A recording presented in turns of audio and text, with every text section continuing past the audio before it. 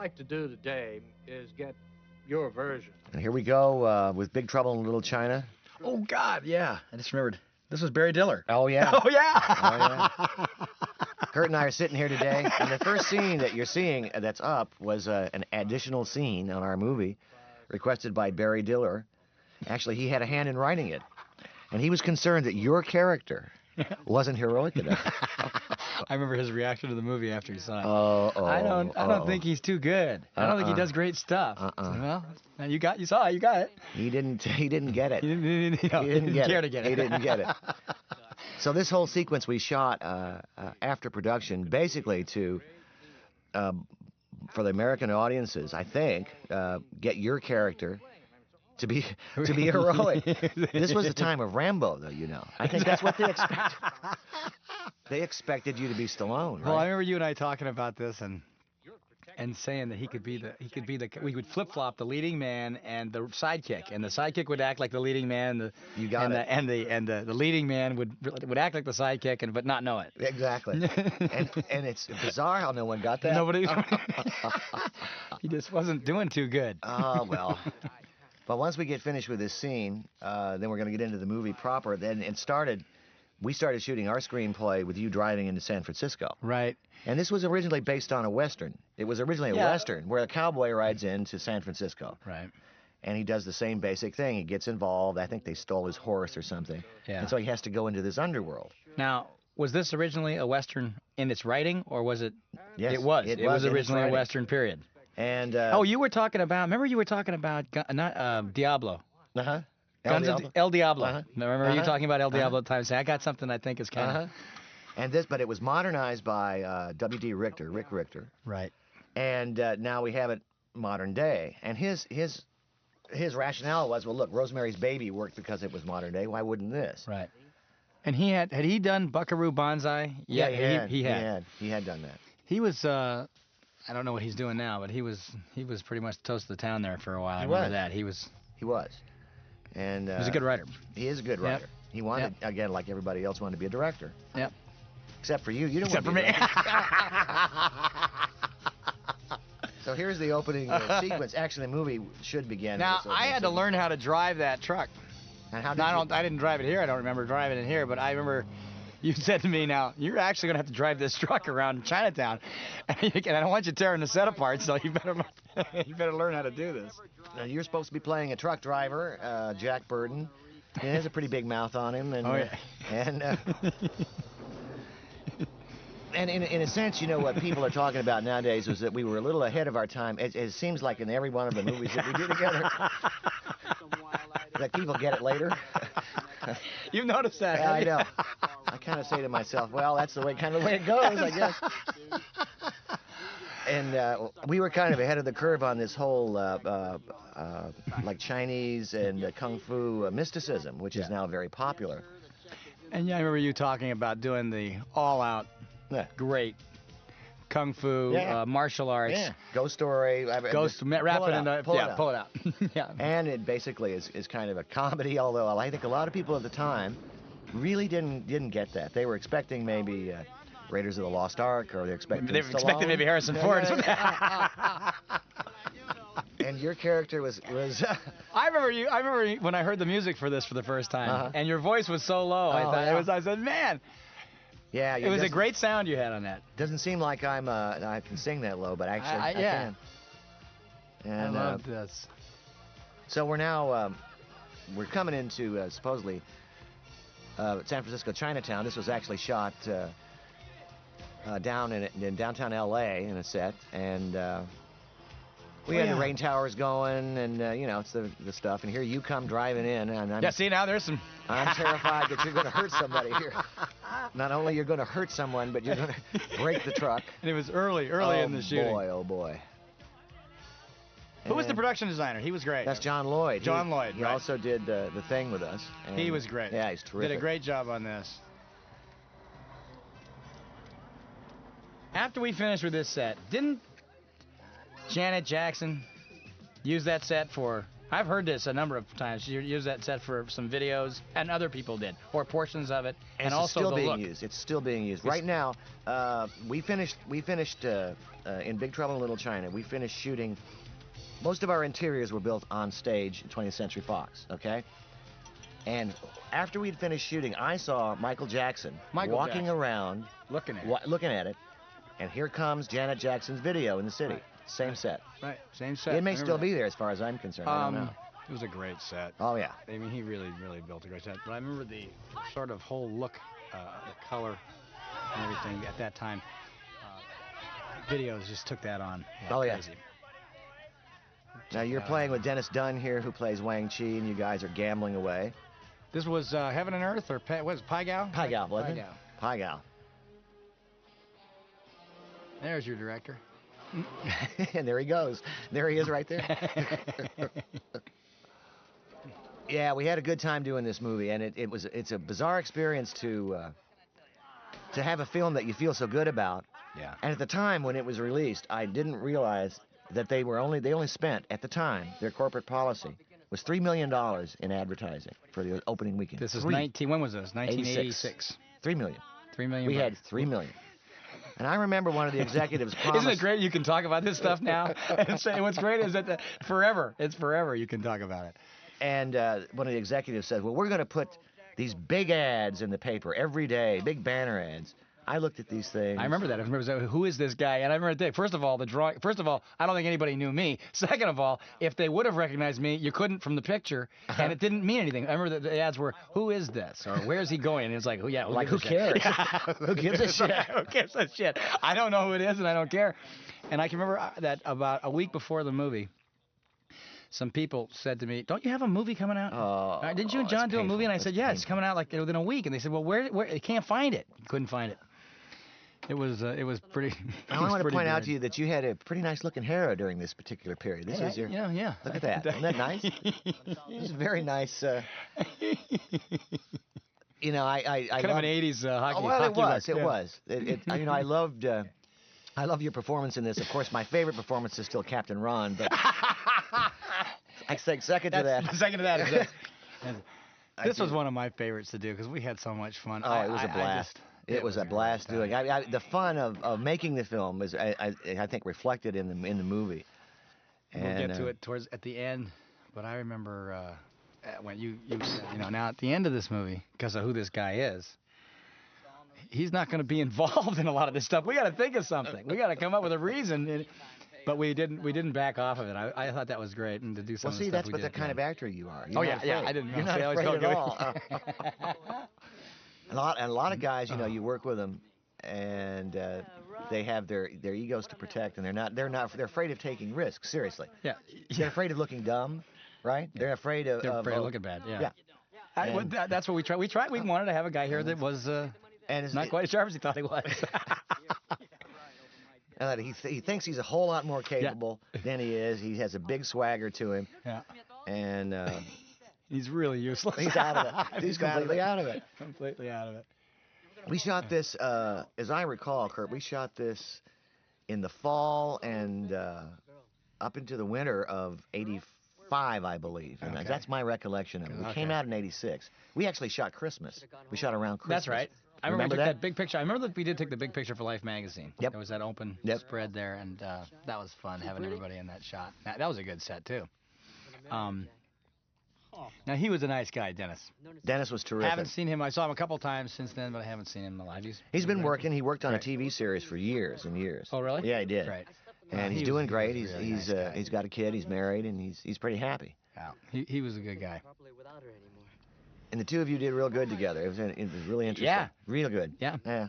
Yeah. But again, I got really heavily into I just loved kung fu movies when I was a kid and when I was growing up. And I saw a whole lot of films that I dug, not just Bruce Lee movies, but these crazy ones. They make these crazy damn films that are. You kind of got out the pile of.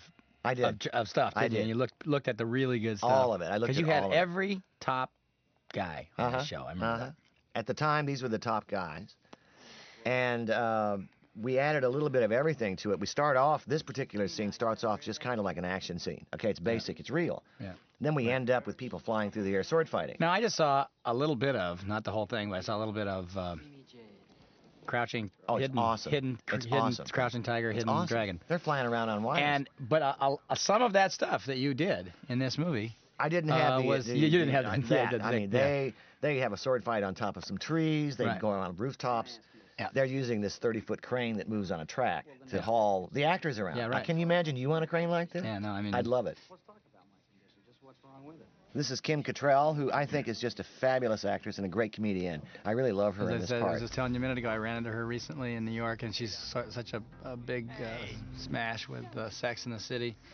And it's great to see that. Oh, yeah. It's great to see that. She was came in at the time, and she and Kate Burton, I told all the actors, look, this is a comedy, guys. Let's don't play this. Yeah. Keep that in the back of your head. Let's remember that. Let's don't play it too. There's nothing dire going on here. Oh, my God. Look at him. Look at this guy. He hasn't got a clue what's going on. He's not going to quit. She's looking for the girl with the green eyes. That's right, who's about to get kidnapped. This movie, strangely enough, found its audience in home video. Yeah. People started to love it, and they watched it. Well, it's fun to run into people today. You can always tell somebody's sense of humor by if they like this movie or not. Yeah. And I think of this is one of those movies that of all the movies I've worked on, they either love this or they never saw it. They never saw it, and they wouldn't get it if they did. They wouldn't get it. But now, all these years later, there are some people who just, this is tops on their list. I know. They really love it. And it's fun to talk with them about it. Now, that's Jeff Amata there, was pulling those knives out. He's been my stunt coordinator ever since this movie. Ever since then. And he and I have just finished a film together. How did you find him for this? How did you get a hold of Jeff for this? He came in. He just came in and played a part. And then he suddenly began to come behind the camera and say, does that look good enough there? Yeah. Can we do that better? He's great. And he hasn't changed very much either. Last time I saw him, he looked the same. Well, it pisses me off. Yeah. I'm the one who's getting old. I must say, it is fun now to look back on these, because I didn't, at the time, there was none of this going on. Where you Not at all. There wasn't this at all. You'd done, and you and I were just young guys having fun, and there was no thought of looking back. And so it's really interesting now how things have changed. The technology has allowed us to do all this. We get to sit here and watch a movie that we made, 15 years ago. You remember now, that? You shot this. How'd you do this? Because I was trying to figure it out at the time and I couldn't. So I said, John, so what do I do here? Just get out of the way. When the car comes at you, I had you guys, we did it in reverse, and I had you guys act backwards. Right. We acted backwards. That's what it was. The camera close enough, and you guys did great. We acted backwards. Brilliant. This came natural for me. Now, the sequence we're seeing now is all shot process. That's all rear screen back there. And actually, I was very impressed with how it looks. It looks very good. All that stuff has progressed so much. Look at that thing. It has. And nowadays, you can see it. They do it digitally, and it's amazing. Yeah. Just amazing what you can do. Now we're into the real Chinatown, and we're starting to get into our set, and the first big kind of bizarre fight. There's Victor Wong, who we saw earlier, who is quite a character. When you were doing this, because I remember on the other ones on Escape, and when we did Elvis, you were very, very well prepared. Wouldn't be the only word. I mean, you really knew what you were gonna do. You really knew. And I'm looking at this now, and I'm realizing how many different shots there are.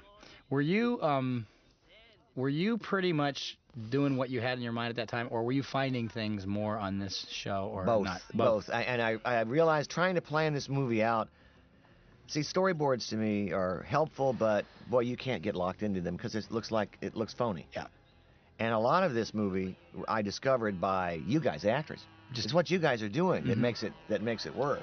And on these locations, looking around and finding stuff that you liked. And we cut this movie extremely tight. This is one of the few films where the tempo is so fast that I wanted just everything to be just right up to it. So in terms of the action, no leisurely moments. No air. No air at all. As I remember you talking to us about, in terms of our acting, to really Howard Hawks, pop it, really pop it, really go. Get up and go. And now we drive on location here into the the set that you were referring to earlier. This is there it here, is. yeah. Now we're on the set, right? That's it set, 20th Century Fox. We've got the little fog in there. And that truck, which just barely fit through there. Just barely. I actually believe you drove it. I was talking to, Casino was on this. Uh-huh. And I remember him talking. And Dick Warlock was on it, too. And Warlock was, too. Yeah. Oh, yeah. And it was just big enough for you to drive that truck from one door of the stage I around can to the remember other. that you had to put it almost on rails because you had it was 2 inches. Yep. I mean, it was absolutely 2 inches. Looking like this right now. And like everything else, when you can't pan the camera too high because there's nothing up there. Yeah, didn't make it. Well, the man We'll behind, just play it here. the man behind the wheel may have had something to do with that. He's got John, that's as far as I can get. Heavy on the hammer. This was our first kind of real big fight. And I remember one of the problems the studio had, which we solved in the dialogue kind of looping, was who are the good guys and the bad guys? Well, the whole point of it all was to kind of be confusing because like, you're in the eyes of Jack Burton, who has no eye. Plus, does that guy right there look like a good guy? So this was the interesting thing for me talking with you and Dennis about this stuff because I was the greenhorn, but we didn't want to have a normal greenhorn. So yeah, you were it. So you had to be a bravado greenhorn. You were it, and all the guys in this fight were martial artists in their own rights. Okay, and these guys were phenomenal. Everybody kicked some butt here during this whole thing. And I remember that guy. Yeah, Gerald. Yeah. And he pulls his knife, which he makes a little bit of use of later in the film. Actually gets one thing off by accident. Well, we got machine guns, but then after all this gunfire, then they really get serious. They start fighting hand to hand. Yeah. Yeah. This was probably the longest fight that we did. This took the most pieces. We really worked on this. There's a lot of close-ups, a lot of work. It's pretty good today, doesn't it? Not too bad. It's fun to watch. Now things get serious. Now that gunfire is over with, they come and step out and start to get real serious. And I suppose we could have, Kurt, had you trained to do a few of these moves. Remember we talked about that. We said, now does he know this stuff? And we said, no, he doesn't. We said, no, he's a cowboy. He's just a swinger. He's not in their league. And that's probably what I think that's what people enjoy about that character. They love it or they don't love it. They say, where is it? You know, where I come to see Kurt Russell. And, I've seen he's not doing anything. What's he doing here? He's sitting in his truck. Well, you got these guys. Well. But that was the commitment we made to it. It was actually in the script. I mean, that was the script. That was the script they bought. That they bought. That they offered to both you and I. And I thought maybe I think they saw a different movie. Maybe. I believe they did. I never forget this, though. I remember when we did the junket for this. And I've never been on a movie. I had never been on a movie up until that point and have never been on one since then, where so many of the junket guys, the critics and the reporters, I'll bet 80% of them said to me, so how does it feel to know that when this comes out, it's going to be the biggest movie of the year? And I was getting kind of like, I was getting like, oh, gee, I think we did our best, and it was fun, and it's different. Well, remember the audience screening numbers were huge. They were 97% or something. They were absolutely surefire, massive hit. Had it. Oh yeah. And then I kept waiting to see ads and things, and it just didn't happen. It's like, what happened here? Well. God. Well. It was weird. That was the summer of Aliens. Yeah. Aliens. And it just goes to show you never know what a film's going to do, no matter what the numbers are on it beforehand. I think they're actually a lot better with that today. I mean, I think. Do you think? I think they're so accurate now and marketing has become. Don't you think marketing's become? They do. They're really game? Good at that now. That's what they should. They figure out where the audience is and they go for it. And they target it. Yeah. A little bit smarter than they were in those days. Yeah. Now we introduce rain and thunder and lightning, and I believe the Carter Wong comes cannonballing out of here first. There he goes. Yeah. Carter was an interesting guy. Yeah, Carter Wong. He was the real deal. I remember seeing him a couple times with his shirt off, and kind of going, man, this isn't natural. He trained the Hong Kong police force. Oh, he did. Now, did he just come in? Did he just come in? He was a big martial arts star in China. He'd done a whole lot of movies over there. Yeah. He was one of the biggest, and he read for me. He couldn't, he really couldn't speak the language too well, and he had a really sweet voice. Yeah. That was the problem. Yeah. And he rides the lightning bolt down. And this is Peter. Wait a minute. Peter Kwan was Rain. Kwan was Rain. This is Lightning. James Pax. Oh, James Pax, yeah. Who I saw as a model, as like modeling in an ad kind of, because he's a really handsome kid. Yeah. Bullets do not penetrate. And I, the audience is either you go, here you go with this stuff, right now, or time you to say, leave. what is this? I invented this little move here. That was great. Doesn't make any damn sense. What? They all said to me, what is this? This is great stuff. Oh, they kept pull out the heavy, heavy artillery. Oh, it's little funny. Elvis there. It's funny. Elvis Pax. Get out. Yeah, we got to go now.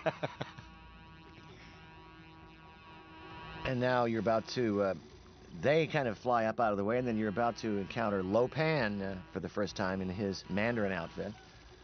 We got a lot of heat from some of the, interestingly enough, I've learned over the years that it's not always the right wing that comes and tries to censor. Sometimes it's the left. It's interesting, isn't it? What were they hammering? Well, the Asian community was pissed off at me because I was white.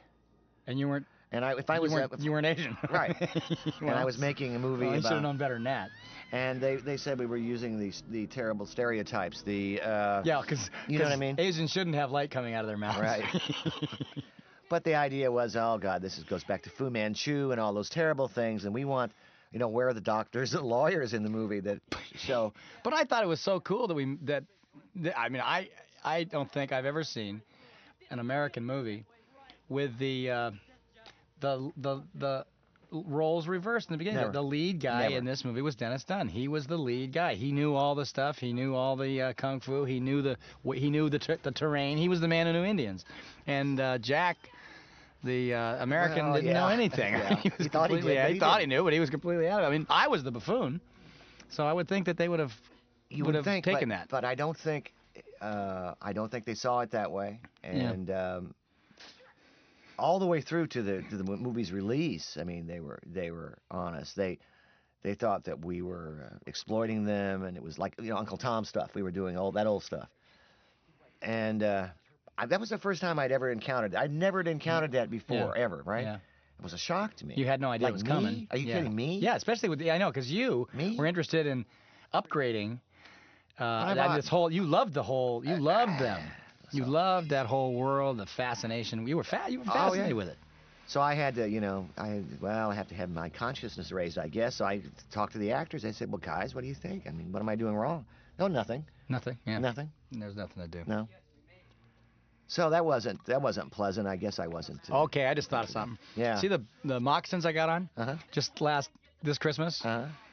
We walked by that store in Aspen and got Wyatt some moccasins made. Right? Yeah, and he said, Dad, don't you have some of these moccasins? And I said, yeah, I wore them in a movie once.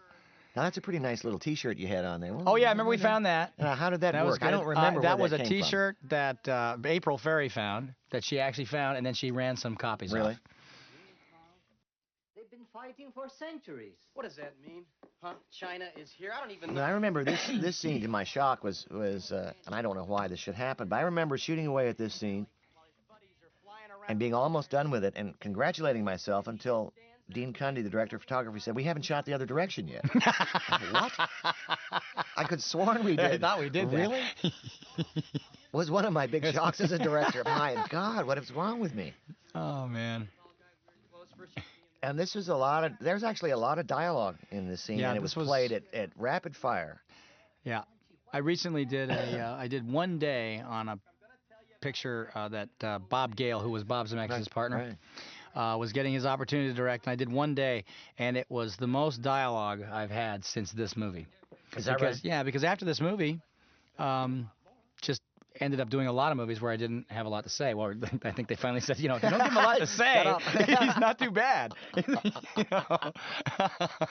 But I remember this was a mouthful. Who were you playing with all this dialogue? The picture is Interstate 60, I think. I don't know the title of the picture. Anyway, I'm a ponytailed cop, libertarian cop in a town that legalizes drugs. Oh, that's perfect for you. So that's perfect, no problem at all. So you're there. It was like, yeah, you're there. It was, do what you want to do. Well, someday we have to get into politics and let you speak. Oh yeah, we got to do for the audience. If you and I ever did a real politically charged thriller. Wouldn't that be fun? I mean, yeah, with all sides, just shred it, just let it rip. Let it rip. You thought this had a hard time finding an audience. Oh, Lord. Kim, you and Kim are now introduced to each other basically again. Yeah.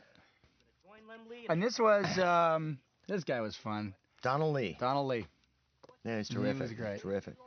He was great. Can't get enough of me. Huh. So we shot. This is again right. This set is right inside that same interior city. It's right down, right built into the set. We shot so much of this on the interior. Yeah. So much of it.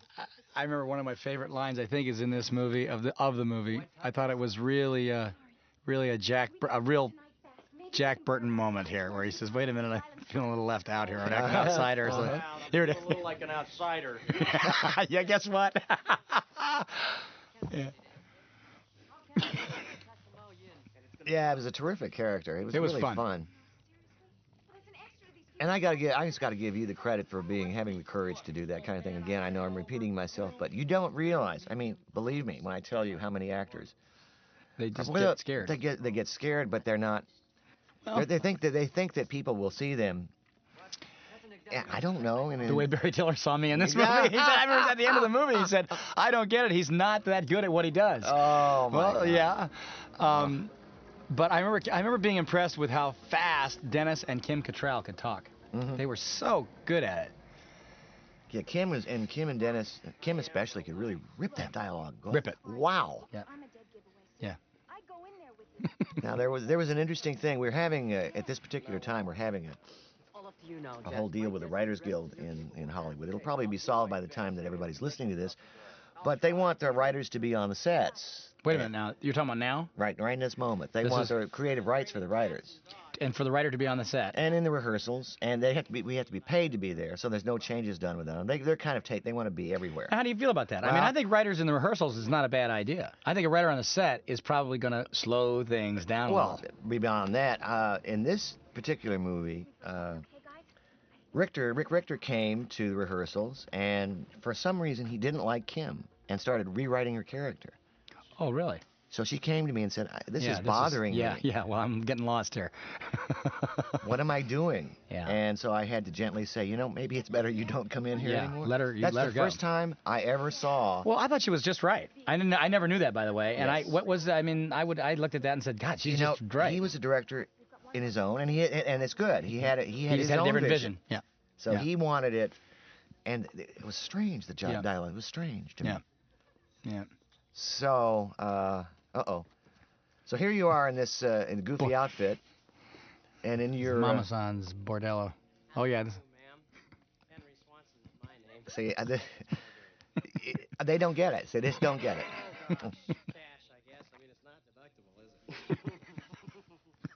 Well, there's a pretty costumes in this film, and the sets are just gorgeous. They are. I wish these were in color, because what I really am sort of in the mood for is a girl with green eyes. And price is no object, Mrs. O'Toole. Fresh off the boats the way I like them. The more exotic, the better. Chinese girls do not come with... So what about action movies now? You feel like you're too old to do them? You like them? Do you? I like smart action movies. Mm-hmm. Or action movies that have action that make you think a little. It doesn't have to be, brilliant, but I think that you should think. But I do feel like I'm going to be 50 in March. Child. And Child. And you know what? If I read more scripts that were brainier in their activity, I'd feel right at home. But the scripts that I continue to read many of the times is just physical activity, and that I'm not interested in. Also, the last time I did I pulled that lottery chain one last time, you know what I mean, was on Soldier, you hurt and yourself, I really got hurt. And I said to myself, not only am I tired of it, I broke my left ankle, and 4 days later I broke the top of my right foot. And I had the rest of the movie to do. What did you do? It was, I wasn't going to lose that paycheck, so I just kept going. It was awful. It was just terrible. And I said to myself, you know what, Kurt, you're not as quick as you think you are. You're not as slick as you used to be, and you need to be careful. And I thought, you know what, maybe how about a courtroom drama, you know? You were a jock. You're a baseball player. I mean, baseball players get after old. a while, you really do. It's really, I think in that regard, as a viewer, I'd rather see a younger guy. Matter of fact, it takes me back to when we did Escape from New York. Mm-hmm. Remember they wanted Charlie Bronson? Mm-hmm. And you said Charlie's too old. Mm-hmm. Charlie would have been great, but Charlie was too old, and he was only what? What was Charlie then, 47? You know, I don't even know. I mean, this is 1980. I don't even know what he was then.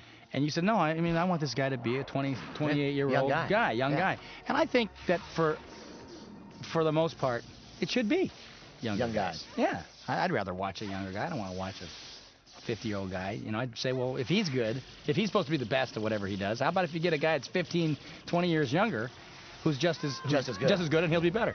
Yeah. There's no doubt about it. It's people look at Hollywood movies, at action films, and they think, well, it's all fake. Yeah. It takes guess what? Yeah. It's just not. Guess what? It's not. Guess what? A lot of people get hurt. Yeah. I had never been that guy. I'd always been. I remember this day. I had a temperature of 104. I was out of it. I was completely out of it. We were on location. You were great. On location in downtown Los Angeles on that street where they've preserved all those old Victorian mansions. Oh, really? You were sick as you were sweating. It was sick as I've ever been with us. I know. I said, John, I'm really in trouble today. I'm really sick. You did great. And you said, all right. And you were great. You just said, get it out. I'm going to shoot you first. Get it out. You did great. I don't know what happened to you, but you looked really bad. I got really sick. I can see it in your eyes when I watch the scene. That's where I can see it. That's where I can see it. They really are little eyes sometimes. Yeah, they're little to begin with, but on this day. Oh, and pain. You know, when you see somebody else you know in pain, it's awful. It was one of the few days where you just said, I just want to go. Go home and sleep. We could have actually probably done that, taken an insurance day. Because your brother-in-law, Larry Franco, pushed you. Yeah, he did, yeah. Okay, he pushed me and he pushed you, so don't blame me. Now, Larry's doing good. Saw him not too long ago. He's doing great. He's doing good. Still trying to lose weight. Oh, come on. Is he? Yeah, he works out every day now. Oh, my God. Yeah, but he's doing good. He's really doing good. At the time we're doing this, he's doing Jurassic Park 3, isn't he? I think they just finished it because I was talking to a guy who worked on it. And Matt Franco, did Matt work? I know he worked on Escape from He was on New York. Did he work on this? I don't think he. I don't believe he did. But we went and watched him in the World Series this year. Isn't that cool? That was great. It was really great. So Larry and I had a great time there. Matt showed up at the set of Escape from L.A. one night, and I just couldn't believe it. Yeah, what is this? I just saw him when he was a kid. Yeah. How's Cody doing, by the way? He's doing great. Is he? He's doing fabulous. Is he playing seriously? I mean, he's really big time. Yeah, he's big time, yeah. Yeah, music. That's it. Yeah. That's what he likes. That's his love. But, he's 16. What do you want? Yeah, he's good young. now. Yeah, he's getting pretty good. He's better than I am. Is he? And a lot of things. Yeah, well, he's got the key. He's got the keyboard down. He's got he can play, and he's sophisticated where I'm not. I'm really basic and simple. Yeah. He's really good. So he is. He's gone on from the guitar and he loves the keyboards at this moment. But you know what kids are like? Kid. They don't know until you get a little older what they're really going to end up doing. Yeah. You know? Yeah, but he's sharp. Wyatt's picked up the guitar. The lead guitar. Is he really? And he's working on a lot of Led Zeppelin. Is that right? Yeah. So he's kind of taking on some tough stuff, but he's getting. Is he still playing sports? Yeah, he's hockey. And matter of fact, his team, the LA Junior Kings, went to Quebec in February last year in 2000, and they won the World Championship. My God. Yeah, he's still in the goal. Was the old man there? No. Where were you? No, I was. Oh, you mean at the thing? Yeah. Oh, yeah. I was there for 10 days. Oh, yeah. I was there for the whole 10 days. It was fantastic. 40 teams from. It was 135 teams from 40 different countries. See, for the audience who's watching this movie, they can really care about this. Exactly. Let's see. Back to Big Trouble in Little China. See, this is what it's like when Kurt and I get together. We talk about the stuff that matters. Yeah. Really, the amazing thing about you as an actor, and I'm serious about this, is that the way you approach acting and your craft. Okay, because you were Disney trained. Yep. Okay. Yep. You got a real good work ethic in terms of that. Real work ethic. And that on TV, and in those days, well, when we did Elvis, yeah, you had 33 days, 33, right? 33 days to do 3 hours yes. of television, and it was Elvis, and it was, I think, 16 songs. I don't 188 speaking parts and 150 different locations. And we did it somehow. and did it. But it's that dedication that you have to the craft that I wish other actors could understand. I do think that that's a good thing for actors to get the opportunity and take advantage of having to do something. I mean, I also think it's true for writers. In the old days, they used to first write radio, and they had to pump it out. And they wrote TV, and they had to pump it out. And then they wrote movies. And nowadays, a guy writes a movie, and if it gets made, he's going to direct his next one. Not only is he going to write it, he's going to direct it. And it's a different world in that regard. I think there's been some growth in terms of that, but I think ultimately it's a good thing to be able to fall back on an ability to be able to pump it out. Because there's those days on the set when you got no choice. Yeah. You've just got to do it. And people come up to me and ask me about your preparation as an actor, how you prepare for a part. It's really hard to explain it to them, what you do. I think you figure a lot of it out ahead of time. But then you adjust at the moment, I think, to things. It's hard That's just the most fun I've had with you in doing all the things we've done. I just always felt real comfortable by just asking you some simple questions that you always had a simple answer for, and we looked at each other and said, okay, we're going to do that. Keep it simple, man. Keep it simple. We're going to do that. That's what we're going to do. We're going to lock into it. We're going to believe in it, and then I'd go learn my lines. Make sure you know those lines. And I really think there's a lot to be said for that. But you know other actors. A lot of them obsess and they worry and they get insecure on the set. Then they change. They want to change. Well, I think one of the reasons that I've noticed that when I work with actors, when they get upset and insecure, is because they don't know the words. You think that's it? Yeah, and then if a director wants them to do something differently or see it a different way, they don't want to be bothered because they're still working on getting the line. Whereas if they really had the lines down cold, and I don't mean you rehearse it to a point where you're going to just do it by rote, but if you've got the words in your head, then when a director says, try it this way, you can go do it 100 different ways because the words are going to come. You don't have to worry about that. Now, why wouldn't they know their lines?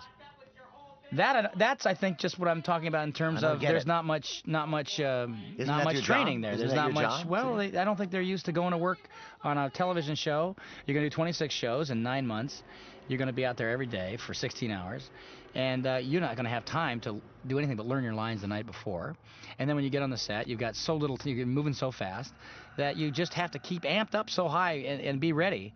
And I think that now there a lot of actors never do that. And I think also I never knew much about legitimate theater, having done it only once with the guys off of the suggestion of the guys in the thing. But look, you did a great job in that. I had a great time. Yeah. And I understood why they looked at that as great training. I understood that. But it is a different medium. There's no question about it. Yeah, you got to stick to it. But in this kind of movie right here, if you're worried about lines, if you don't have the lines in this movie here, you can't play the part. There's no way Kim could have been drifting in there, sort of half knowing her lines, or Dennis or myself. No, it wouldn't work. And if you wanted us to. There was a lot of movement in this. If you wanted us to get someplace, we couldn't be thinking about, forget the movement. I don't even know what the line is, and you can see that kind of lost look on an actor's face. Strange. I think that's just something that. But there's another thing you said to me once, and I don't want to get too far away from Big Trouble here, but an actress I will not name, you came to visit me on location. You flew up. I was up in Northern California, and there was an actress who's having a problem. I said, it's really interesting. She's really struggling, and I know she's really talented. Yep. And you said to me, she doesn't think she can do the part. Yeah, she didn't look very secure. That's really fascinating. She just looked like she didn't believe in herself there. At that time, that day. Yeah. And she's good. You're right. Oh, yeah, she's a terrific actress. She's a good actress. And what was it but that was just I could never get my hand on? What was it? Did I do something wrong? Did I not give her the security? I don't think that's beating myself up for. I think that you can. That's like being a parent with a kid who just grows up and goes south on you. Yeah. You do the best you can do, right? I don't think. Now I don't know. I'd ask you about that and say, did you think do you think that when a director casts an actor, if he's cast him right, probably 90% of your job is done with that guy, right? That's done. But if you've cast that person wrong, are you ever going to get it right? Well, no, you're going to get through it. You're going to get through it. You get through it, but if you've made a mistake in casting, and listen, everybody makes those kind of mistakes. You choose for the wrong reason. And that's why everybody's afraid of going against type. Yep. And it makes sense. Absolutely. Because if you type somebody and they've played it 100 times, you know they're going to do it again. Yeah. Right? You never, the thing that fascinated me about you with this movie, with The Thing, and with Escape from New York, and Elvis, you were saddled. You never gave me the feeling that you were worried about me. I always had the feeling that you knew I was going to do what you wanted. I was going to do what you thought it called for. And I always felt, even if I had a little bit of like, am I doing it? I don't know. Is that too far? Is that not far? And all I ever felt was that I could look at you and you'd say, go a little more or back off a little. You're getting, But I never felt like, Jesus, I feel really bad because John has cast the wrong guy. I think our training ground was on Elvis. I remember one night we were doing a scene in that, and we had some new dialogue, and Elvis was talking about Jacob's Ladder, and he was getting kind of crazy. Yeah. And I kept encouraging you to go a little further with it. Yeah. And you finally, you did. Yeah. You really got wild eyed. Oh, yeah. I remember, as long as he's terrific. I mean, it was just right. It was just right. Now, here's where David Lopan gets to take off. He was great in this. I loved him here. James Hong? James Hong. Yeah, he didn't like that makeup too much. It was uncomfortable. Was not fun. Yeah.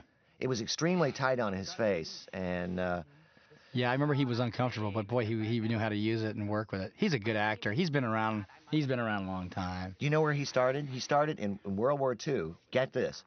Here's a Chinese guy. He went around to USO shows doing Al Jolson impressions. That'd be Asian, John. He's an Asian guy. Isn't he Chinese, in fact? Yeah, he is. He's not Asian. He's Chinese. He's from China. No, he's not from China. He's an American, but his ancestry is Chinese. Okay. And he went around doing Al Jolson blackface impressions. Wow. I'm not kidding. Wow. For World War II. For World War II. Yeah. No, he's really unbelievable. Good. He's he had amazing a lot of stuff to do in this. I always thought that he understood this movie better than anybody. Yeah. Except for you. I always kind of looked at him and said he really got this gets character. This. He got the character and what his dilemma was, this wanting to be flesh again. And he really. Yeah, he got it. He sold it. And I, just as an actor, I think probably more people have talked to me about Victor Wong as Egg Shen out of Big Trouble in Little China than any other actor in it, and I think he was pretty special. Victor's amazing. He just really hit his stride right there for you, and that was a situation of perfect casting. I think you found the perfect guy for that. So we were talking about acting, and at this point in my career, I had come off Starman, which had given Jeff Bridges a nomination. Right. And that was I had to do penance for The Thing because it was so mean a movie. Everybody thought I was a bad guy. Yeah, he's really crazy. He is nuts. We can't let him do this anymore. We can't let him out anymore. So that was my. I'm so sorry to all of you. Well, I can remember. And, I mean, also at this time, as I said before, you were saddled with me on Elvis. Then I went and did Used Cars. Right. Did not Which make is a great it. Did not make it. It's now also a cult movie, but did that. not make it at the time. Was just died. And then Escape from New York, that movie made it. I mean, that movie had it going from the top. But that was the only movie I did at that time that made any money. That was even successful. And then I did a movie shortly, either before or after this, with Robin Williams, The Best of Times. Didn't do anything. Did a movie with Goldie, Overboard, which it was perceived as doing nothing, and in fact, it actually was the only movie that kept climbing at the time. But it started so low. And in actors opening movies, obviously, I was no help to it. Swing Shift was no good. Swing Shift didn't do anything. I thought that made some money. No, I don't think it certainly wasn't any kind of a hit at all. And I remember we talked about this a little bit, and I said, John, am I just death? I mean, did you want to do this? And I always appreciated that you said, it doesn't make any difference to me. I just want to make the movie I want to make. And you did. Well, it's probably it's odd for people to think now because people assume that everyone's always been famous and successful. Right. And it isn't true and we at were all. No. Because you had done Halloween and went through the roof. I mean, Halloween rewrote the books. And then Elvis, which people couldn't even... That's always a great fascination for me because they still can't. They all go, that's right, John Carpenter did that. You know why they hired me for Elvis? Did I ever tell you why? No, Dick Clark. They hired me because I had done the music to Halloween. They thought, well, he knows about music. He should know about Elvis. They were right. You believe that? And they were right. Can you imagine great. how bad it could have been, though? Well, I felt sorry for you on imagine? Hey, you know, I just remember seeing that going up that ramp. How did you do that? And I remember that was a tricked up deal. That was a false perspective set. Basically, it was flat, but the set was built at a tilt. So there's one sequence coming up where you go flying backwards, right? Right. It was on a track, but you weren't going downhill. I was going... You were flat. You're absolutely flat, straight right. across the stage. Right. Still, you put your lead actor in one of those contraptions. You always worry a little bit. I remember saying to you, now, do I lean a little bit backwards or a little bit forwards here? But that's one of those great trick sets. I always love those things. I always love those things in movies. Yeah. Pretend not to believe them. But you're right. People think, and rightfully so, that, you know, as the years go by, that you were always successful and famous and all that.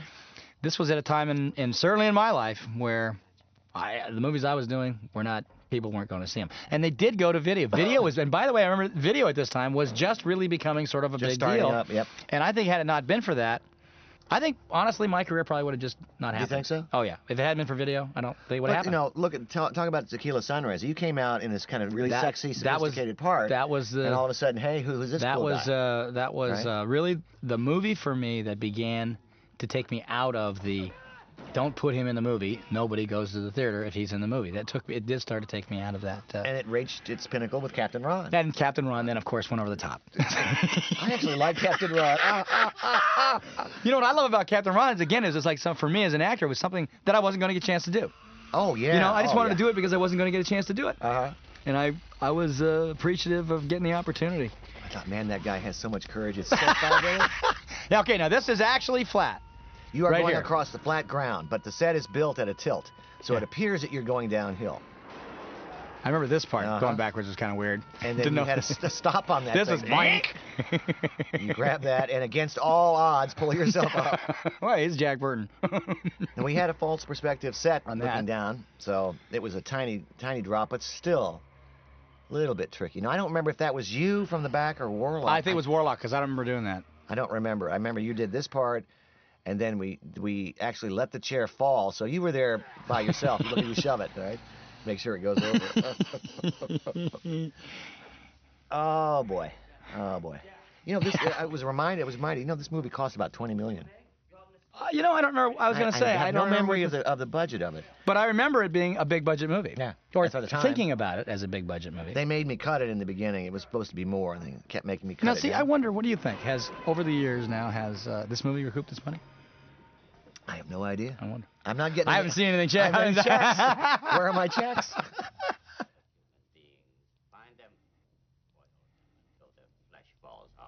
A little transformation effect here, and James Hong is going to. Now that's a phony head there that glows from the inside and shoots out the light. Now he floats, doesn't he? Actually, he's on a dolly. He's on a dolly here. He's hanging on to it. And there he goes.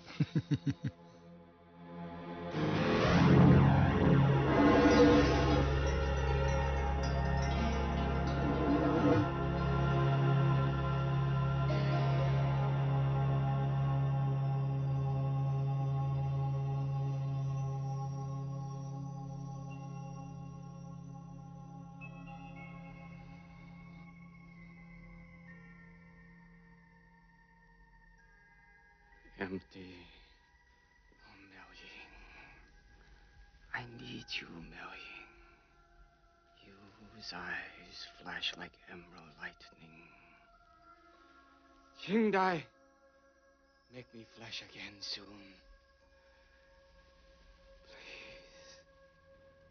Please. Let's go, it's clear.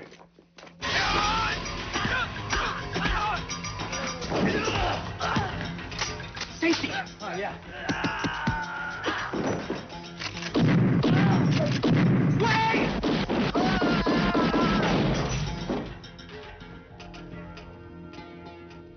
First time you ever plugged somebody? Of course not. Come on! You want to go up or down? Up or down? Up!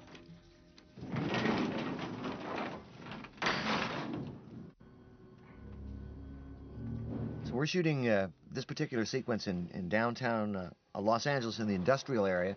This location has been used 100 times now. I actually saw it in a porn film the other night. But it was a great place. Some of your finest work. Exactly. It was a great place to shoot. It worked for us perfectly. Yeah. Kate Burton. Kate Burton was a blast. Oh, she was great. sweet. Now, have you seen her at all lately? I haven't seen her. She's just in a play, and she's doing really good. She's really a nice person. She did a good job in this too. That's definitely not me. Yeah, that wasn't you. That was That's Warlock. probably Warlock. Yeah.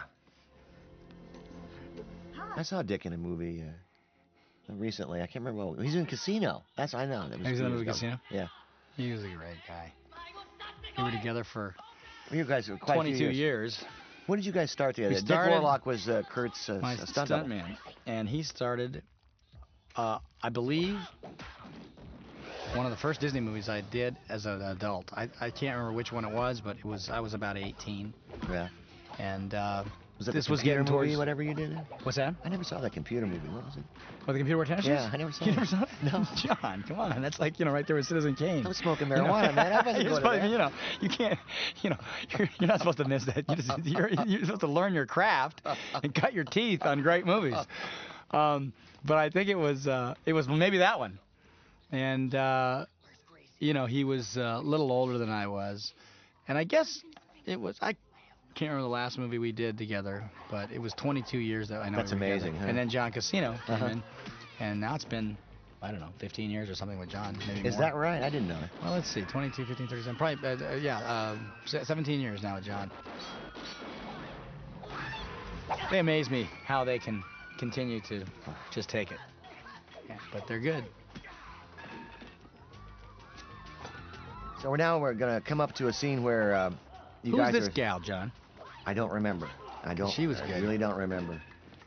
Come up to a scene that where you what? guys are in the swimming pool, then you're swimming down this little kind of trough, and I remember we had to...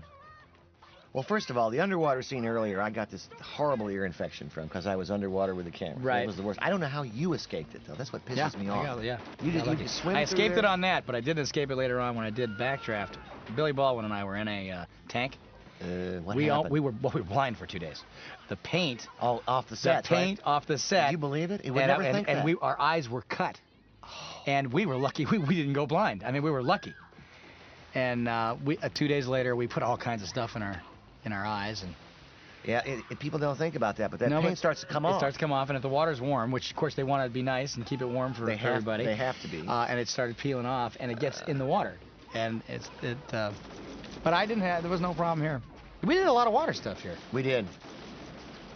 Then you swim through into a set, and I remember this was one particular. We had to make sure that the water was clean enough for you guys because everybody goes through this little trough. We Right. couldn't have it Right. bacteria filled. Right. Yeah, this is...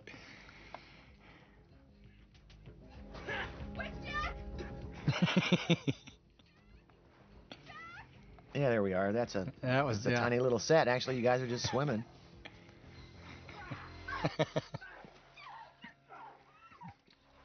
The first kiss. Sorry. We'll get to the scene later, but my favorite scene in this was the idea came when you're kissing her in the elevator and you come out with a lipstick. Remember we said, Uh-huh. what are we going to do about the lipstick? What a great thing to do. Now that's an example of what an actor they wouldn't do that. Well, we even asked ourselves at that point. You got this too point far? in the movie. You got the leading guy. Even no matter what you've done, do you want him going through the next 10 minutes with lipstick on his face? Because we got some fairly serious stuff to do. And we both looked at him. We both looked at each other and we went, yeah, he would. This is what it would be. Because she had at the time this real intense bright red, and boy, it came right off on you.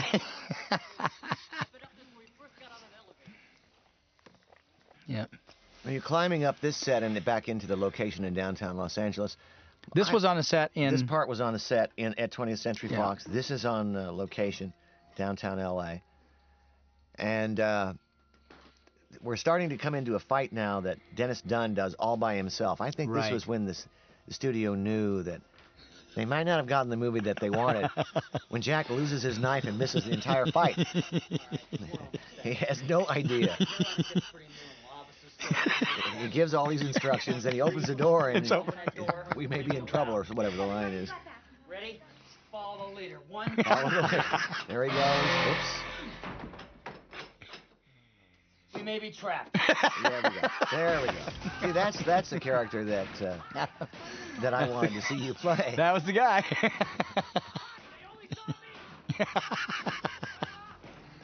I remember that whole set was all white plaster, wasn't it? All those figurines. Yep. Oh, you actually get some shots. Oh, hey, Jack, in motion. Here, look at him. Oh, well. Yeah. So now they got to fight. We're just waiting to see Jack bust out. Bust out. Let's see him bust out. There goes Dennis or someone who looks a lot like him. Dennis did good. Working on getting the knife. There it goes. Dennis was not a martial artist, and he did great. Yeah, he did do great. It's all in the it's in the head, and he's completely got the great attitude. There he comes. He's back with us now. It's all over. See, the only way I think you get good stuff like this is if you take these kind of risks, and that's the thing about anybody. Time to go. That was great. You're right, though, Dennis. Even though that wasn't his thing, he understood it. Yep, and he sold it really well. Completely understood it. He worked on his sword fighting. He always had this wooden sword in his hand. Yeah, he played with that a lot. Because he wanted that sword fight through the air to look pretty good. Yeah. Oh, yeah. Yep. That's a cheesy, cross-eyed monster. Who was that? Who was back? Was it two guys back there with each one of them had an eye? Well, the problem was there was a mechanism, but it didn't quite work, so one eye moved a little faster than the other. Oh, special effects. Ay, ay, ay. They're almost out of there. Oh, yeah. Except we lose her. And you run to the bus. There's a lot of gunfire, but... we took the girls with us. That's right. We escaped some of them. Well, I'm very happy that you did. I'm very some worried of them, about them. Some of them got away. We saved some. Very worried about them.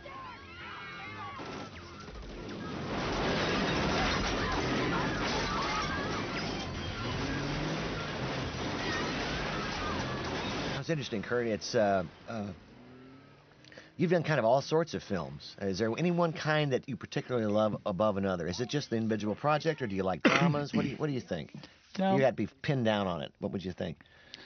I think you just look at these characters that you get a chance to play, and then you see how the movie comes out, and you remember the experience you had.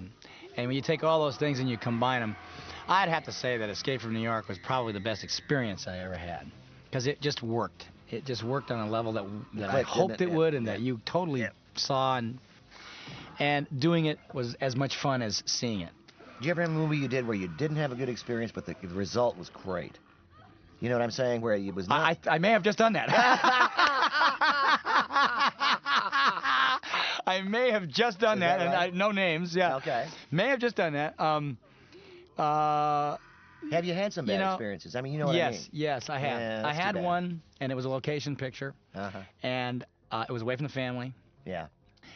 And the people on the show were not very good. Yeah, when you say the actors, some of the actors, especially a lot of ones I had to work with, were just one in particular was just having the roughest time. Oh, really? In their life, and it was misery. It was just a misery. But I had taken it so that I could do another movie for what I knew was going to be half price. Right.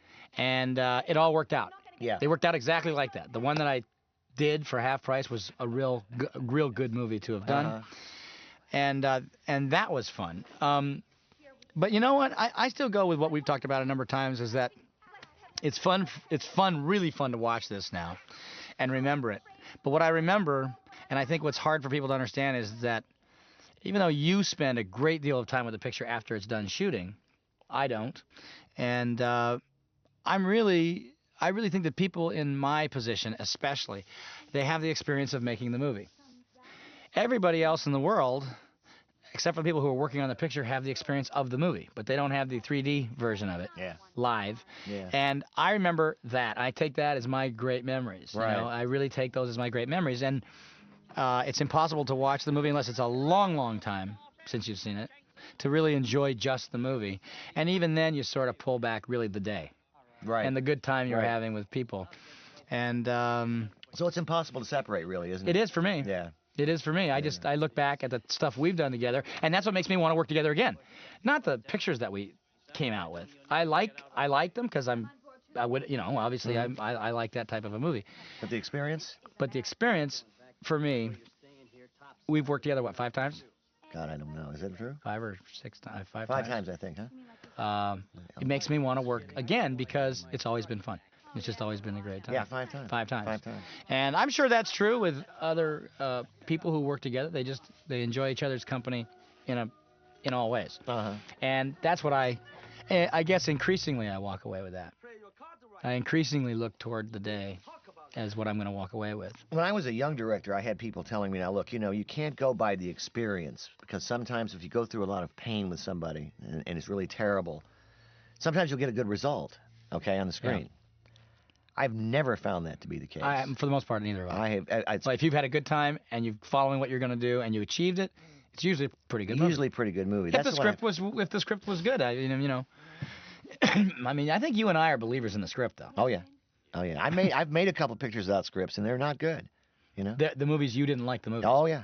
I didn't like them because the script wasn't right and things I hadn't solved in the scripts. Right. No, became problems, and then you had to deal with it in the editing room. And then you have to deal with it, and then you're in some kind of trouble. It's fun to watch. Oliver is now getting into making movies, and it is fun to talk with him and try to impart for him the importance of the script. It really is.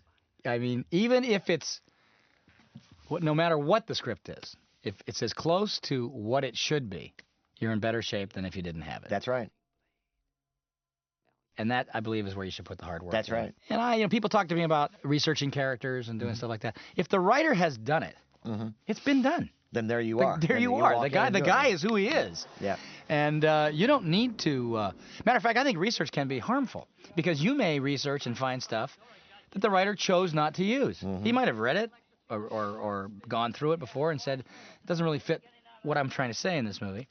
And I think sometimes an actor can get locked into other research that won't be helpful for this movie. Now, I think it's always good to have a full-on concept of who it is you're playing and what you're doing. But if it gets in the way of what the writer did, the other part of that is if the writer hasn't done that, when you read it, you see it. Right. And it's there. And then you're going to say, well, I don't understand this guy. Who is he? Which one is he? Have you ever had a director have a completely different idea of how to play a movie? And totally different. Yep. Has that ever happened to you? Oh, yeah. Yeah. It's tough, isn't it? It's tough. It's just... How do you possibly deal with it? Well, I always feel like it's his movie or her movie, and it's your job as an actor to pull off that vision. I mean, there's got to be a captain of the ship. The director's it. Yeah, but what if it's so wrong? I mean, they're steering the ship into... I will try to give my point of view. Yeah. But the problem there is if you realize that the person doesn't have a vision, it's all wasted time now. And hopefully you're going to dazzle them with footwork. Yeah. And when you don't, it's just a bad movie. Now, William Goldman, the famous writer, in his last book says that none of us directors have any vision. That's what he says. We have no vision, zero vision. I know that in your case that's not true. I know that in Bob Zemeckis' case that's not true. That's what he says. Now, I don't know. I don't know. Why does he say that though? I don't know. Does he say it because he's written scripts that the director did a different version of his vision? No, he just says we have no vision. None of us. None today. Today, as opposed to yesterday. We have no vision. We have no vision. It's all the screenplay. I think that it's fair to say that it's been in my experience that in recent years, I've worked with directors who it was difficult for them to have a vision. Yeah, I've been hearing that in the business a lot. They don't see it. They see something. They see a shot. They see a color. They see it's more. I do think we're in. That's actually a good point. Right here, right now, you're watching in your mind, you were seeing him and you saw him in that slow. You saw him. You only shot him that way. I think that now there are lots of directors.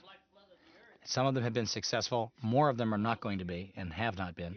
That just see something, shoot it because it looks good, and then it's just one it's a succession of good-looking images Okay. that aren't telling any story, really. They're not making me feel anything.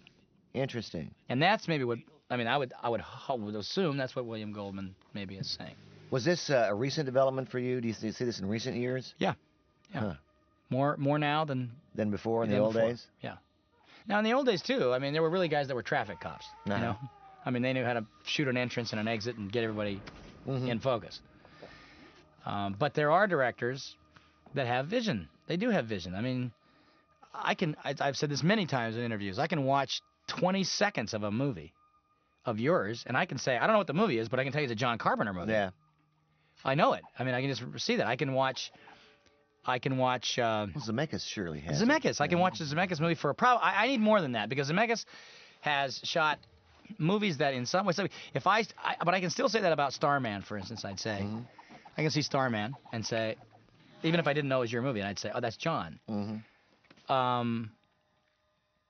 It's a little more difficult with Bob, but I can watch some shots in Forrest Gump.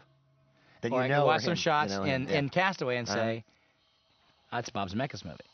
That's also true for other men, other directors, but nowadays and there's not a so whole much now. different style going on, and I think it's been influenced by commercials and MTV Very and much. a whole lot of very fast. I mean, listen, you did stuff that influenced them, as we know, to shoot certainly on MTV. I mean, there were some big video. This very set, I know, was used, and the look of the way the set was shot was used a lot. Not just a little, not a couple, but a lot. But my style, see, is much different than it's old-fashioned. Well, it's much more old-fashioned than. Yeah, but see, your style. I think what was interesting was like I watched a movie like The Fog. Your style then was old-fashioned too. Mm-hmm. Because you never were changed. all about telling story. Yeah, well, and I mean, I think that's why I like doing movies with you because I like stories. But that really was beaten do like into stories. my head the same way you were trained, okay, about craft in your time at Disney. Well, it was beaten into my head from my college. Well, years. for me that was the Walt Disney deal, was that he believed in telling a story. Now, I think the great thing is when you get the combination of great visualists with storytelling. With storytelling. That's cool. That's to me that's I mean that's gonna. It's always gonna win, isn't it? It's gonna win. Yeah. Whereas I really would rather see. It's hard to say. I mean, I could pick and criticize and stuff, but I like some movies as much as the next guy that doesn't really tell a lot of story and make me feel a lot, but it's visually fantastic. It's fun to watch. It's okay. I'm okay with that. And I'm okay also with a really good story that's told very flatly. I'm okay with that too. But to me, if you've got a combination of the two, of just some combination of the two, it doesn't have to be greatly shot. It just tells the story. It just has a way of telling the story. And I mean, I'd be interested in what you're in that world. You're in that world with these guys, with what's going on now. Well, the world certainly has changed. As you get older, you were talking about coming up to 50. I mean, I've just turned 53, and I've been directing for features for about 30 years. Professionally, but you were also making movies when you were 8 years old. When I was young. I mean, you were making full on. But real features. I mean, real feature movies for about 31 years. And it's certain everything has changed about the business, but the essentials of storytelling have never changed. No. I mean, if you know the rules, then you can break them and invert them. You can do all sorts of great stuff. Right. You can but you have to know the rules of it. Yeah. Or at least some basics of it. And it's much like anybody's craft. It's like an actor. You kind of have some basics that you got to cover. Like you said, you got to know your lines first of all to be able to play a scene. Yeah. You can't invent the lines. No. It's and not gonna work. ultimately, as an actor, you have to make people feel something. Yep. If they don't feel anything, you can't get that invested. Now, I don't care what time, 1,000 years from now, they can be making movies in whatever technical ability exists at that time. But if it doesn't make me feel something, I don't think I'm going to get much out of it. Now, what do you think about the people who use the so-called, and if it's cliche, the method approach to acting, where they bring up their own feelings, okay? Yeah. Their own emotions. Yeah. Now, I know you're not I never person. trained that way, but I think you get to the same place. I mean, I think that method acting, from what I understand, and having talked to other actors, really good ones that were good at it, it was a technique for them to get to a place. Okay. I've always felt that however you get to that place, it better be that place better be honest. Right. If the place is honest, I mean, even look at Jack Burton. As far as I'm concerned, I was honest in what he was supposed to be. I mean, at least for me, I was honest. Now, maybe somebody could have done this a lot better than I could. Maybe they had a whole different take on it that would have given it like some kind of fantastic, perfect. I don't have that. I didn't have that, but I know that whatever you do as an actor, if you don't get to a place where you believe it, how is the audience supposed to believe it? And the question I have there is, shouldn't the audience believe it? I mean, aren't we always trying to suspend their reality? I mean, suspend their believability? Yes. We want them to be in the world that you're showing them. Yeah. And believe the characters that they're seeing. Yeah. Believe in them. One of the things that this movie was criticized at the time, and I thought was a fair criticism of the style of movie making, was that two things. One, you never really felt that Jack Burton or anybody else was in real danger. And two, that he wasn't really crazy in love with the Kim Cattrall character, so you weren't really worried about anything. And I think that's a fair criticism. It was just that we were taking a movie trying to make you believe and care for the people, and then we were going to turn it on its ear and say, aren't you going to kiss her? No. Yeah, no. No, not him. Not you know. And that's absolutely fair characterization. I think that's one of the things that the studio wanted us to put in was they wanted to think that maybe you wouldn't make it. Right. That the characters wouldn't make it. They wanted to think that you and Kim were going to end up together, or at least there was going to be something more going on there. Yeah. But this was. Oh, I remember one of the lines written about it was that it was absolutely fabulous and terminally hip. And I thought that's actually an interesting kind of criticism. Terminally hip. This guy's great. This ridiculous. This is very hip. The eyeball is very hip. But I think that. But we did the script. That was what we did. The script. Was. That's what the script was. We believed in it and said, let's go. You're going to commit to something like that, then you've got to go for it. And if had we had a love story, then that would be a slightly different film. Maybe it would have been okay. Do you think the audiences today who liked this movie would have liked it as much? I definitely don't think so. I don't know. I from talking to them, I think that they definitely are glad that the ending is what the ending is. That it looks like a sequel, it's not. Yeah, well, yeah. It's there was all that too. Well, I get that all the time in the endings, where if you don't resolve something, and you have an ending that has a question mark, or you repeat something over, or you bring another element into it, they say, well, you're just doing that because you want a sequel. Not really. Not really. The Thing. I remember the Thing. That just wasn't true. That was the end of that movie. We were out there, and you came up with that last line. You said, this is an ending for a film. What else could we do? Yeah, I mean, exactly. There was what does that story say?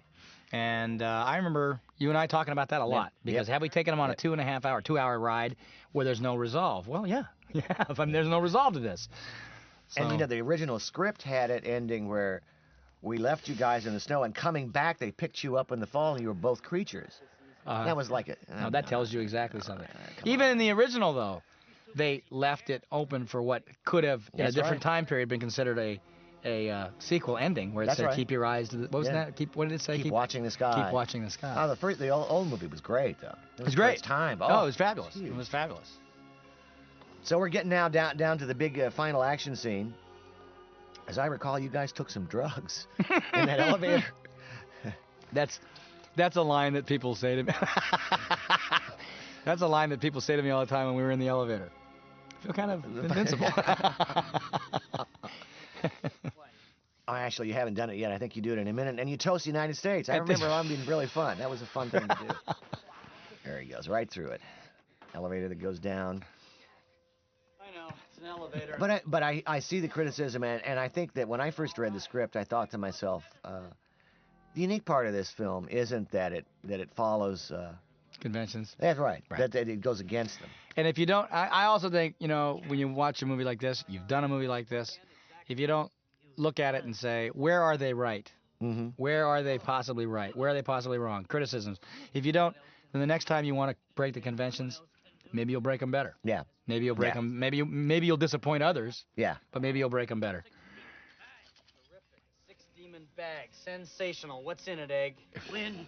Fire. So I can't remember how long we shot this movie for, Kurt. It would seem like a few months, okay? Maybe 2 or 3 months. Yeah. I cannot remember now. Yeah. And it was at Christmas time. I remember Wyatt coming down to the set and loving the. He was just. No, wait, that was just before he was born. Was it really? Mm-hmm. It was just before he was born. The kids came out. Here's the part that everybody else is. Yep. Everybody's a little stoned here.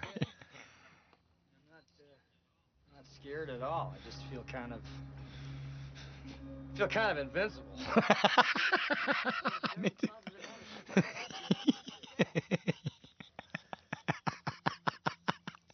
Egg putting up with it. And then Jack in the final fight, he actually gets a couple of lucky things happen. But boy, that first when he shoots him, is great. and hits him in the head, it's really a sad day. It's a sad day. I can remember we talked about this too. We said he's not going to do anything. Well, what are we going to do? He's not going to perform here. And if you don't leave him with a laugh or something to enjoy, you really do have a problem. But the people who have enjoyed this movie, they really look at this as one of the they get best that whole thing. moments. They get that whole thing. Perfect for them. Which is the whole point. The whole point of the film. You actually do heroic things. I mean, there's no doubt. But he's really an idiot. He really is way over his head. He doesn't understand this, and he's not ready for it. He looks like he is. He wants to be. There's Suzee with the white eyes. Oh yeah, and she didn't like this, and she didn't. If you notice that there's a retractable needle, and James Hong got a little carried away in this. And if you watch her, she starts wincing when he jams it in there, because he was really into this. He really got into it up there. Now watch her face in a second when you come back to her. Oh, easy. There. She doesn't like it too much because he's just going to town on her. And she did great, though. She stood right there and hung in. She's got the longest neck in the world.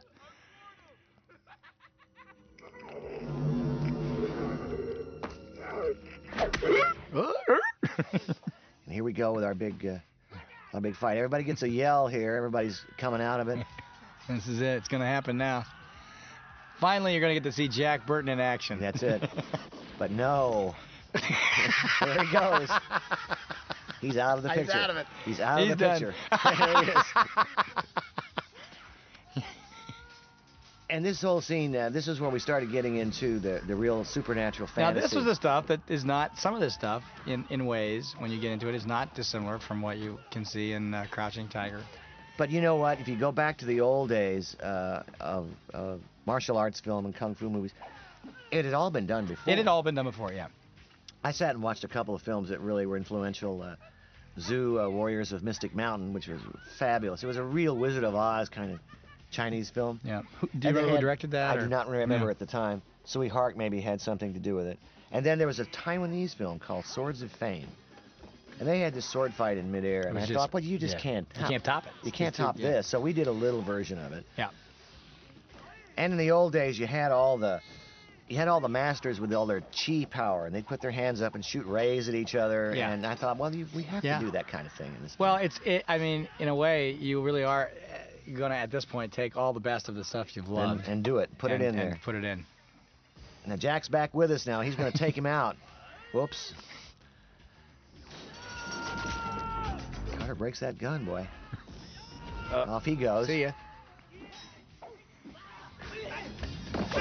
And like I said, Dennis spent a lot of time getting down this fight. This was a tricky fight for him. He was great here. I mean, this is not easy to do.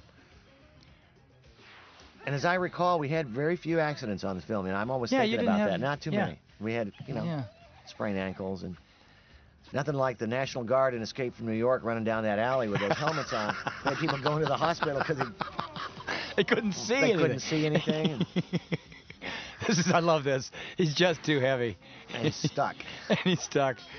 That was great. But this is the stuff.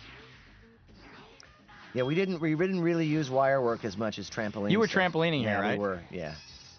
Poor Jack. He can't get that guy off. He just can't do it. Oh, I love that. Onward goes. And this is where I thought that when coming up here was where he totally got this, you know. Mm-hmm. Oh, he loved it. He totally grew up, this. but you see, he grew up with all real those films. old style stuff. He was telling me how they used to put in, they used to scratch on the film the rays of light that were coming up. When you were shooting that stuff in close-up, were you just running stuff behind them, or? That was a rear screen. The rear screen, but were you dragging them? We photographed them. They were lying on their sides on boards. And you were moving the boards. We weren't moving the boards. Everything was still. We photographed the background going by. It's like an old-fashioned So stuff. you put that was on not a green screen, but a Just a regular motion picture screen. Just okay. Like you driving in a car. So they stood still. Yeah, they were still. Yeah.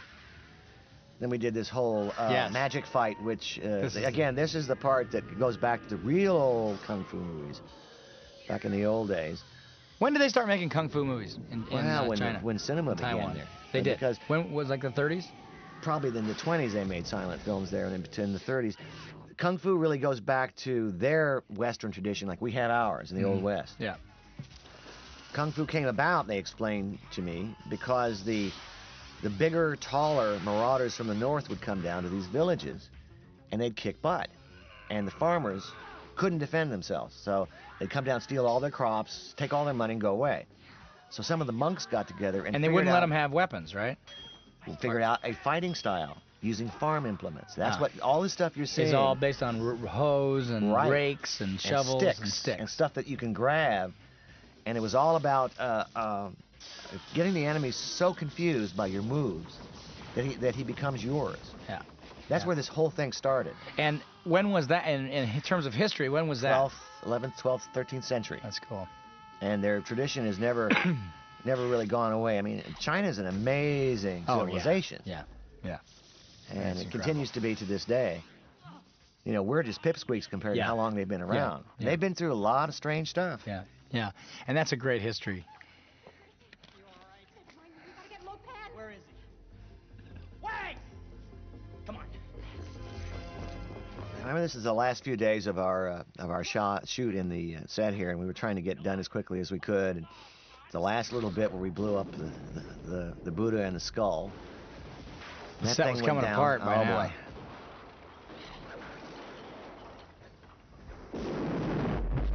There's this giant monster comes out and grabs you. She kicks him. You push him over and then you're off into the elevator. Where does this go? Up to his office, Lopan's office. It's cooler up there. From there we can Do you have a gun, I hope? have a nice. Mid-80s. It's hard to remember back to what was going on in the mid-80s in terms of Other what other influences, other styles swirling around us. what were the big movies in the mid-80s? Remember Rambo 2? Yeah, Pretty Rambo. big. It's pretty big.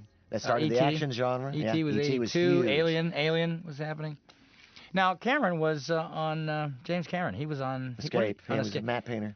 He was a matte painter. Yeah. There we go. Yeah. Big old kiss.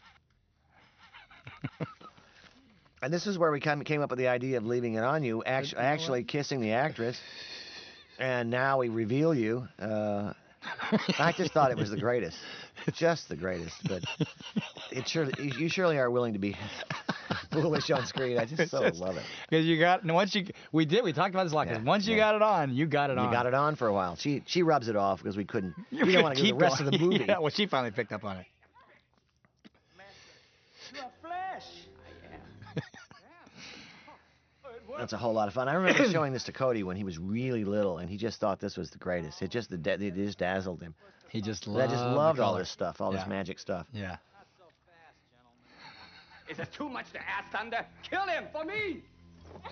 Won't solve anything. But the thing that I always thought was really cool about this film was that everybody was willing to do kind of an Asian kung fu movie here in America, and the studio. I mean, I thought, that was cool. They actually got behind that. It really was cool. Maybe they thought it was going to be something else. Straighter. What did I never talk to Richter about? Did he ever see it? Did he ever? Yeah, he saw it. What do you think? Yeah. I think he liked it. Good. It's hard to tell. You I know, hope he would. People get they don't want to really tell you sometimes if they don't like it. Yeah, right. You know, it's tough for a writer. I mean, you've done that. What's that sure. like? What's that feeling like when you write something that you feel pretty good about, and another director does it, and it just you isn't? got to realize, hey, it's his. Yeah. Okay. After a point, it goes out of my hands. Yeah. Okay. I give it my best. I remember seeing Eyes of Laura Mars. I sat down and watched it. I thought, well, that's kind of the story I wrote, but you know what? That's his movie now. Right. I got to give it up. Right. And so you try to watch it objectively for what it is at that time. You have to. And if you get angry and you say, oh, that's wrong, I would have done it. Yeah, you're not gonna. Yeah. You're hurting yourself. Yeah. Because it's not my movie. After I finish writing, it's got to be him. He's got to take it. He's got to get the actors. He's got to get all of that done. Right. Right. My job was to sit down on paper and craft it out the best of my ability. Right. Now, was Eyes of Laura Mars always something you didn't really plan on directing? It was attached to direct it, but you know, when you're young like that, they'll tell you anything. Yeah, right. And then just dump you. Right, right. And I kind of saw that coming. I was like, Right. well, they're not going to let me do it. Why are they Right. going to let me direct? So I haven't that done was anything. before Halloween that you wrote yeah. that. Yeah. Oh, yeah. But they did Eyes of Laura Mars after Halloween, right? They had it, they shot that in 77, I believe. They released it in 78. So it was all around the same time. Right. But I was writing for a living back then. I think you were you playing baseball back then? What were you doing? Let's see. Late 70s. Late 70s. No, Yeah. I had moved to Colorado. I had finished playing baseball, and I was writing. I was writing in Colorado. I started writing, and just recently, a script that I wrote 26 years ago has got some new heat behind it, and somebody's interested in doing it. And I read it the other day, and boy, is it bad. You know, you had one great idea once. I meant to tell you. Oh, well, they did it this year. What's that? Gladiator. Remember? Oh, yeah, I know. Right? I know. I mean, But the idea about wasn't it the cat? Yeah, that's the one they I were interested in. Love that. Tom. I love that idea. Yeah, what a great idea yeah, that was. Yeah. Oh, yeah. they're interested in that Yeah, now, there right? is. Yeah, I was like, and it's badly written, but it's not. It's got They an need a idea. It's director? got Come something. cheap. Yeah. No, Gladiator is right. Yeah. Now, you had it. That was a good idea. Yeah, that wasn't bad. I I enjoyed thought you that did movie thing on too. the Pirates of the Caribbean. I thought had Yeah, some potential. if it would have been done at the time, I think if that now movies like those, if they get to the right director and the director really feels good about it Right. and sees something in it, they can, see, in my estimation, they can take a fairly weak script and they can turn it into something Sure. good. So he's going nuts now. Yeah, Is he the we're- last left? Let's At this see. I point, believe he's he the is. last Yeah, one I think left everybody now. else is. He's the last guy, and you guys are climbing from one set to the next. And this thing's falling apart now. Can't make it. That's a fairly dangerous moment when he had that straw hat on. He got far enough away from the fire, but I was a little worried. What happens if that goes up, man? He's goner. When the fire coming close to because him. he's Yeah. standing under it, and then he has to walk forward. Then it drops. Right. That's when you got to trust your effects guys. You got to trust them. I remember once. I'll show you the part where you were running, and there's a squib on the wall, and you went by it, and he set it off Yeah, too early, yeah. and it was not a happy moment. I for remember you. you were pretty quiet. You were Oh, mad. You were mad. Boy, well. And I can remember. Yeah, it's only been 3 or 4 times when I see you really get mad, and that one got you mad. And I remember That's I remember scary, thinking, man. boy, oh boy, that was close. And I mean, you it seemed like just it was turned white. You were just as you went by that thing, I thought Yeah. it went off. Yeah. Did You they were- miss time I then? remember I saw you turn around and start looking, and I thought, oh, I don't want to be that guy right now. And the same thing happened. There was a gal who was a stunt girl supposed to come flying through this door. They didn't install a breakaway door, and we had her on an air ram. Oh no. We were on the other side. All I heard was blammo. What? What happened? And nothing happened. Now she's kind of back there like this. I'm all right. What? What was that on? That was on this Was on movie. this? It was in the White Tiger scene. Oh my God! Are you kidding? Oh god. So we're running through our set here, and we're getting down to the scene I'm telling you about. Actually, it's coming up here in a couple seconds. There's my truck. My truck. And you run in, and as you go by, as you're making a circuitous route This is along that wall. along that wall, Yep. they come to shoot, and we're supposed to set off a squib. Now here it comes, here in a second. Yep. And Bang! Right there. Right there. And it's a little early on there. I remember catching some of the flack. It's a good thing I kept on. You know, I said I got to build up speed here. I don't want to get slower as I go along. And when that went off, for a second there, I thought, uh-oh. Now, how this about might not be too Backdraft? good. Didn't you have some good moments on that? Yeah, there was some stuff with that. They were very good. Did you ever get in a hairy spot? Yeah. Did you? There was stuff there that I actually was partially responsible for, sometimes not, but it was just it was one where everything had to be planned out You do. as much as you could. Fire. But You really, got all that fire. happened there was that you set the room on fire and you wait until you think you can handle it and until it looks the best. And sometimes I just waited too long. And there we you go into were. the room, and I turned around one time, and I was the only one there. Everybody at the camera had melted. The camera guy was gone. The other actors were gone, and I couldn't get back. What'd you do? I kept going forward, and the room started to get really smoky, and I was in You're in big trouble. Yeah, I was in big trouble in Chicago. Oh man. And I ran down a hallway and used a lot of the techniques that they had taught us before the picture started. And it really saved my life because I was able to make it down to the end of the hallway, which I had no idea how long it was. It was really long, but it was full of smoke. And finally, I began to see a light, and I actually for a minute there said, you know, am I alive? Yeah, exactly. I've made it. And I broke the window and could breathe. I'm fond of this ending scene because of the things that we've talked about earlier. Your response to her, and you're kind of hoping they're going to get together, but they don't. Yeah. And all the goodbyes. I think this is sweet. And then you're off and running. This is sorry we haven't talked more about the movie, but but that's the way we are. You get to hear what it's like to sit and reminisce about something.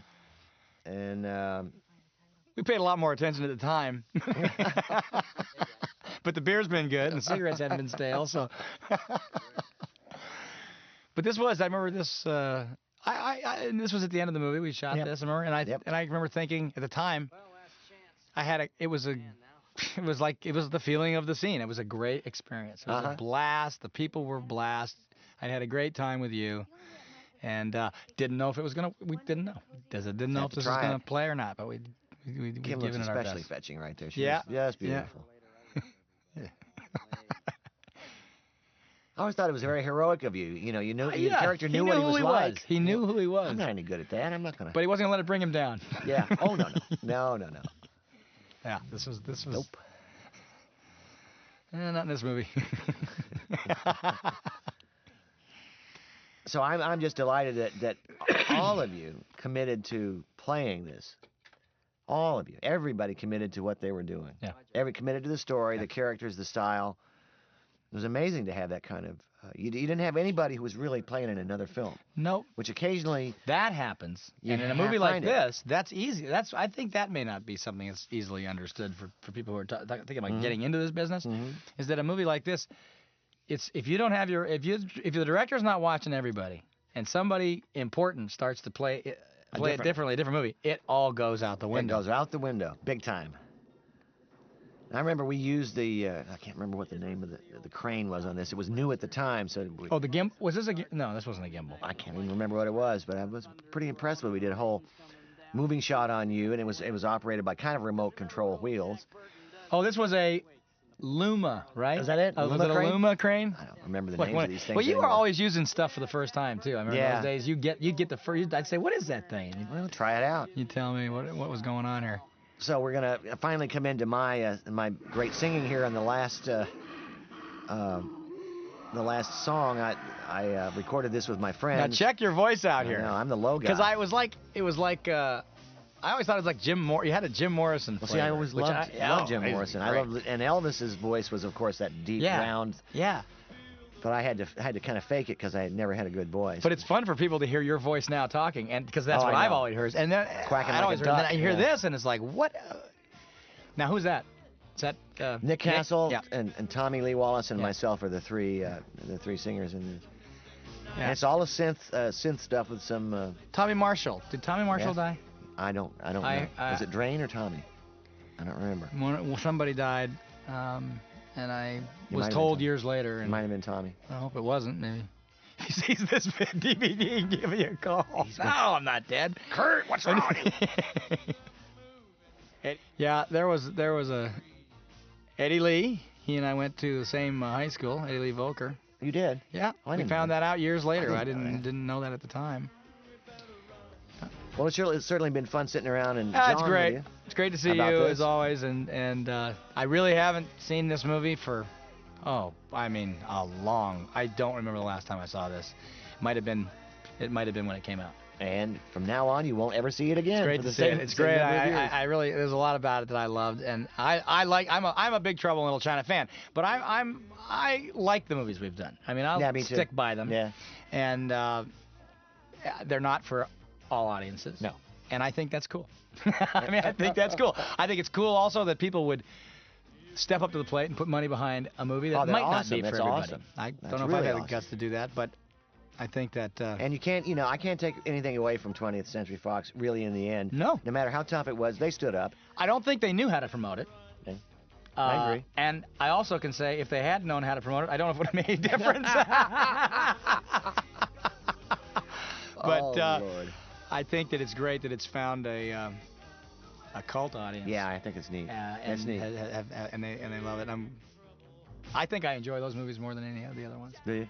I like it when people come up and say Big Trouble in Little China or Escape from New York or Escape from L.A. I'm finding that now. Yeah, that's starting to happen now. I really like that. They're now beginning to see what that was and how it compared to Escape from New York and why it was slightly different but very much the same. All the things we did talk about, but Big Trouble in Little China was one that when they come up and say. All they do is they look at you, right? They look at you, they point, and they go, Big Trouble in Little China. They're a special breed. Cool deal. Yeah. All right, man. See ya. See you guys later.